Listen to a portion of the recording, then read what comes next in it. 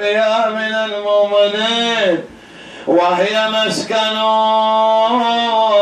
النواصب الذين حملوا الرداء على أهل بيت الرحمة وتتبعوهم تحت كل حجر ومدار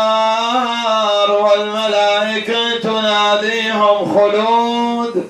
أي لا خروج لهم من النار. فتعوذ النبي منها وعوذ شيعة ابن عمه علي فأمنت الملائكة على دعاء النبي محمد صلى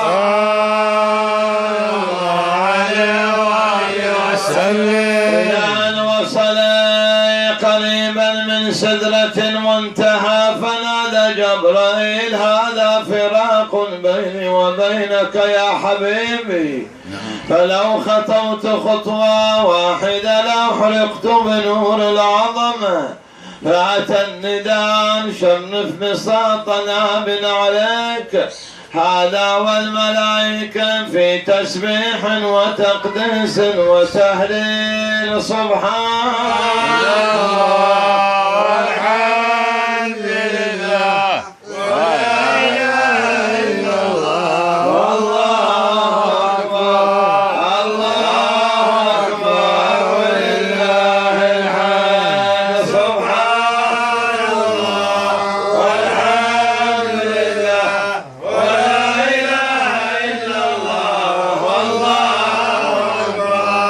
الله أكبر ولله الحمد سبحان الله والحمد لله ولا إله إلا الله